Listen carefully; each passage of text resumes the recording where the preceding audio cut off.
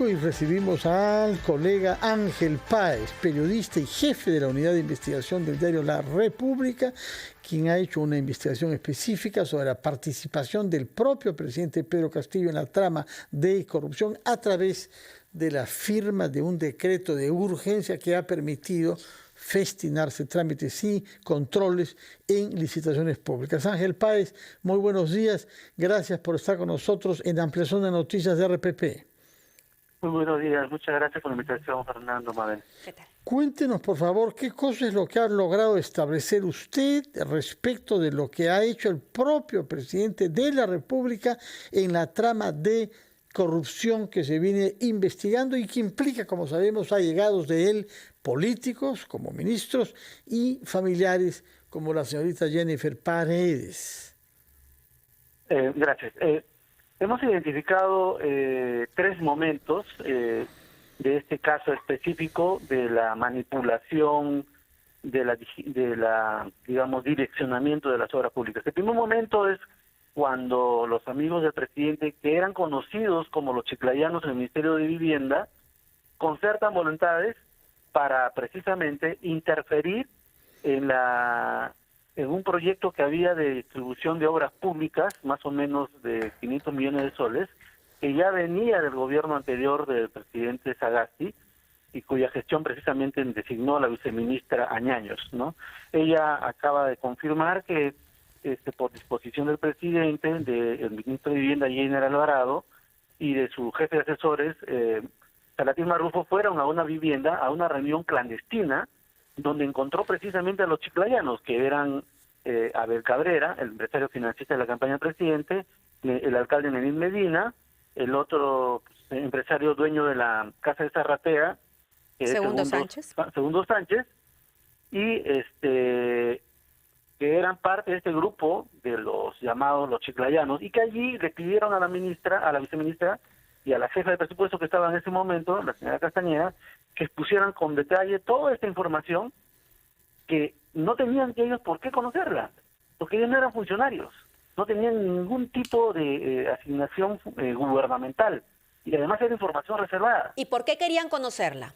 Porque evidentemente había la intención de interferir, señalando los proyectos en los que ellos estaban interesados.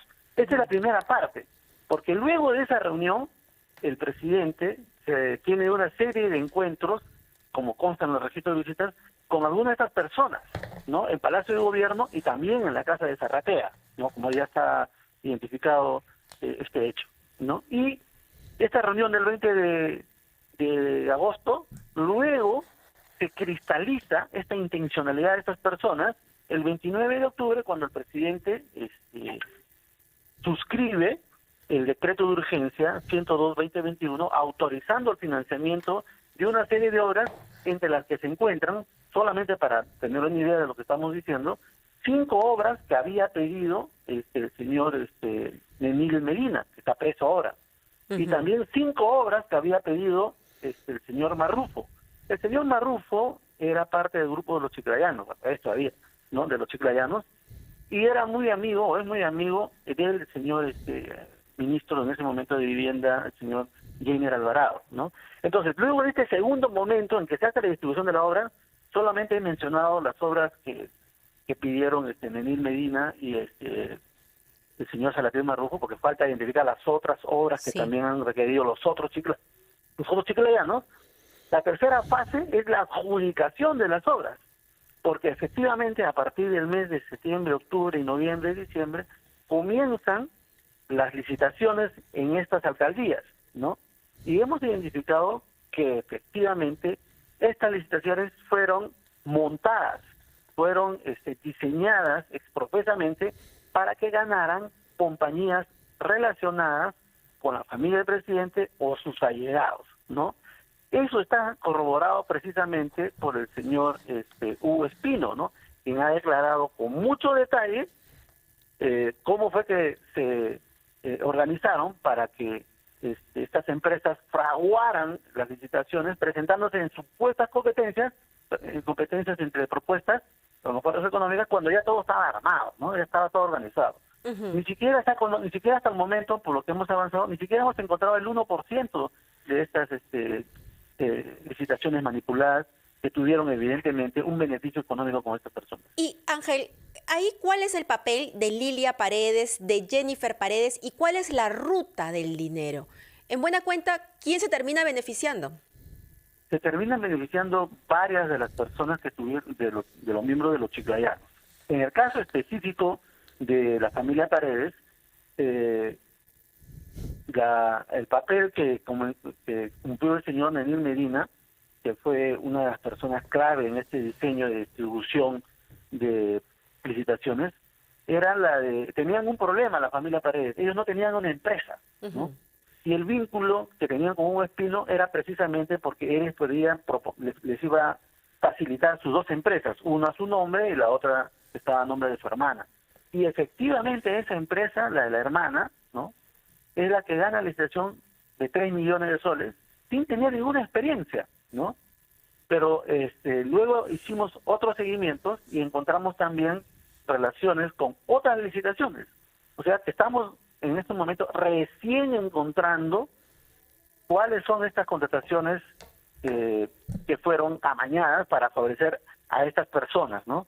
Y es que se origina en esta famosa reunión que la ex viceministra Añaños ha descrito muy puntualmente el 20 de agosto. Y un dato más que nosotros habíamos publicado y que no se ha dicho: la persona que alquilaba el departamento donde hubo la reunión clandestina, y supongo que deben haber habido muchas reuniones clandestinas en este lugar, fue fue una persona muy amiga de Salatiel Marrufo, que ha visitado Ministerio de Vivienda, Ministerio de Transportes y Comunicaciones, que ha tenido reuniones con el primer ministro Aníbal Torres, etcétera. Ángel, estamos hablando de una operadora, sí. Este dinero que se ha detectado que eran depósitos que salían de la cuenta de Jennifer Paredes, ¿no? Y después estos traslados de los hermanos Paredes fijan una ruta. En realidad, a ver, como está todo tan complicado en estos momentos, porque hay muchos aristas y muchos actores y la vía es bien enrevesada, ¿qué es lo que ganaba finalmente los Paredes? Ellos supuestamente en la hipótesis fiscal, ¿se quedaban con dinero? A ver, efectivamente, esa es la hipótesis fiscal. Lo que pasa es que partamos de un hecho concreto, el descubrimiento de los 90.000 soles que los hermanos Walter y David Paredes, los cuñados del presidente, hermanos de Jennifer, le dieron a los hermanos Hugo y Angie Espino. Tenía dos finalidades. Una, financiar los estudios tónicos que eran necesarios para poder convocar la licitación. Sin ese dinero no se podía desarrollar la licitación. ¿Y de dónde salía ese dinero? Efectivamente, eso es la investigación fiscal. Aparentemente el origen de ese dinero es ilícito, porque se registra movimiento de dinero tanto en el caso de la señora Lilia Paredes como en el de Jennifer, Walter y David, que según los registros, antes del inicio del gobierno no tenían importantes movimientos de dinero, incluso tenían deudas muy pequeñas que no las podían pagar. Entonces, allí hay un caso concreto. Aparentemente serían personas interesadas en obtener las ubicaciones, las que hicieron esa inversión, porque ese tipo de dinero son inversiones, inversiones para que salieran adelante las licitaciones. Ángel Páez, permítame por favor ir a una pausa, después de la cual retomamos nuestra conversación. Queremos saber qué significa que esta reunión importante a la cual usted ha hecho referencia, que es la reunión famosa que dice usted, haya tenido lugar el 19 o 20 de agosto, es decir, apenas pocas semanas después de la instalación en el poder de Pedro Castillo. ¿Qué significa esto? Que había un plan que se ha ejecutado y que había sido elaborado desde antes de estar en el gobierno. Nos contestará su punto de vista sobre este tema después de una breve pausa, por favor. 8:49, estamos conversando con el periodista Ángel Páez, jefe de la unidad de investigación del diario La República, al cual le habíamos preguntado cómo ha concluido él que se ha preparado toda esta trama de corrupción, puesto que la reunión que usted ha llamado famosa ha tenido lugar el 19 o 20 de agosto en Surquillo, es decir, apenas pocas semanas después de la entrada en funciones de Pedro Castillo. ¿Cuándo es que se ha planificado esto? Las obras habían sido más o menos diseñadas desde antes de Pedro Castillo, pero ese decreto de urgencia, ¿cuándo es que se concibió y qué implicancias judiciales puede tener sobre Pedro Castillo? Muy bien, hay dos hechos fundamentales. Cuando se reúnen los funcionarios del Ministerio de Vivienda y hacen la exposición a los amigos del presidente, los llamados los chiclayanos, el 20 de agosto, esto ocurre con autorización y conocimiento del presidente. Eso está clarísimo. Y luego, cuando el presidente, el 20 de octubre, firma con Jainer Alvarado, que es uno de los que es amigo de este grupo de los chiclayanos, hay que recordar que Abel Cabrera es el que lo propone como ministro de Vivienda, y el presidente acepta, evidentemente con esa finalidad. Cuando el presidente el 29 de octubre firma el decreto de urgencia, sabe perfectamente que está aprobando financiamiento a estas obras públicas que acordaron y sean integradas en este proyecto que sean financiadas por el Ministerio de Vivienda. O sea, el presidente cuando firma ese decreto de urgencia sabe que están las obras de sus amigos, de los chiclayanos.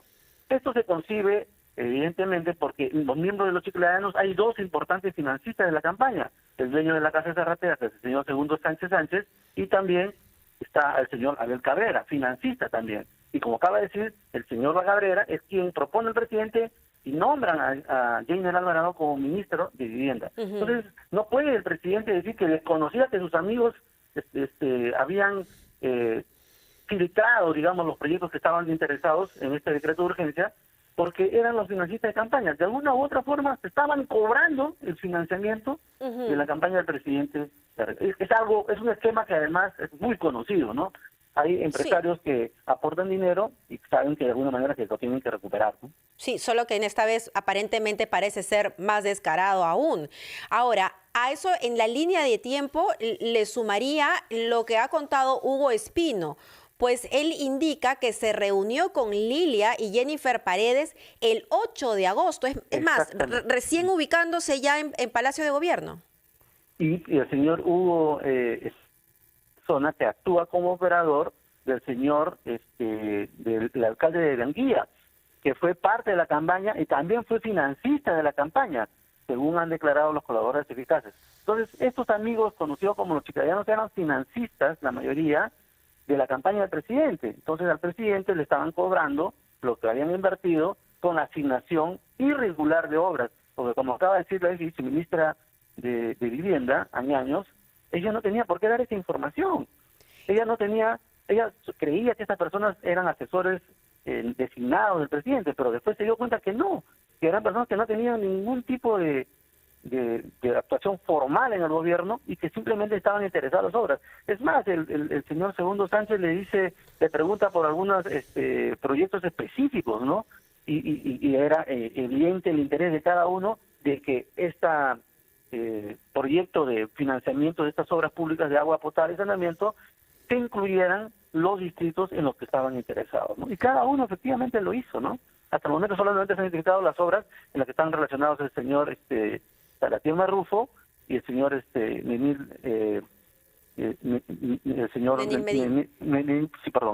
Medina, y evidentemente los otros participantes también han asignado sus propios proyectos de su interés, ¿no? Y en ese contexto que plantea la hipótesis fiscal con todos estos hechos que se han narrado, ¿los hermanos Paredes vendrían a ser un conducto facilitador o es que ahí también se quedaban con cierto dinero? Claro, no, sí, el interés es económico, sin lugar a duda, ¿no? Cuando alguien invierte en este tipo de operaciones busca un beneficio económico. Y es importante también señalar que el equipo económico, respondiendo a tu pregunta, el equipo, especial de la policía, cuando fue a Anguía, encontró un vehículo que pertenecía a Walter Paredes. Y ese vehículo estaba prestando servicios a otro proyecto financiado también por el gobierno del presidente Castillo, lo que demuestra que estos señores Paredes estaban relacionados no solamente a los proyectos del Ministerio de Vivienda, también sino a Transporte y Comunicaciones. No estamos hablando ahora, en este momento, de lo que el señor Juan Silva también aprobó por su cuenta. Hay un proyecto de 19,5 millones de soles en el que también están relacionados miembros de la familia del presidente. Esto es bastante amplio, no hay en estos momentos una cifra exacta, pero hay varios millones de soles en juego, ¿no? Ángel Páez, estamos ante un monto total de 496 millones para obras, de los cuales una cuarta parte estaban destinados a varias localidades de Cajamarca, entre ellas Anguía. ¿Se puede presumir que otras obras de este tipo fuera de Cajamarca han respondido a un esquema similar? Sí, hay que mencionar que cuando se comienzan las investigaciones, tanto periodísticas como fiscales, estaban en proceso varios casos. Por ejemplo, el señor Hugo Espino ha mencionado que la señora Lilia Paredes está muy interesada en proyectos de su amigo el alcalde provincial de Chachapoyas, ¿no? Entonces, incluso Espino fue y el señor alcalde le dio 50,000 soles en efectivo precisamente para que financiar su propuesta de obras públicas en esa localidad. Sí. Y he visto hasta el momento que en 5 distritos de Chachapoyas efectivamente ha habido licitaciones. Lo que nosotros estamos haciendo es revisar, son más de 120 proyectos, y estamos revisando proyecto por proyecto qué empresas son los que han ganado. Y hemos encontrado que hay muchísimas coincidencias. Por ejemplo, los 5 proyectos de Anguía, las empresas que están relacionadas, las empresas que han ganado, todas están relacionadas entre sí, porque han ganado anteriormente. O sea, hay un patrón. Estas personas han evidentemente manipulado los procesos de licitación con la finalidad de que éstas sean adjudicadas a personas relacionadas con la familia presidencial o también a sus allegados. Ahora, Ángel, ¿cabe la posibilidad de que se abra una línea de investigación en el Ministerio de Economía? Te lo pregunto porque además, obviamente es un decreto de urgencia, las cosas son más fáciles, pero hay cierto nivel de burocracia, ¿verdad? Y en ese sentido los técnicos saben perfectamente cómo es que se proyectan esos fondos. ¿Habría algún tipo de responsabilidad ahí en el MEF? Según lo que ha explicado la viceministra Elizabeth Añaños, el diseño de los proyectos, es decir, la identificación de qué localidades tienen que ser beneficiadas con este financiamiento de obras públicas de agua potable y saneamiento, corrió por cuenta de su ministerio, ¿no? De hecho, cuando hacen la exposición a los chiclayanos, a los amigos del presidente en la casa de Surquillo, ellos ya tenían todo listo, porque eso venía del gobierno de Sagasti. Lo que ocurre acá es una vulneración de ese estudio específico por parte de los amigos del presidente, de los chiclayanos, para insertar a sus proyectos personales en los que estaban interesados.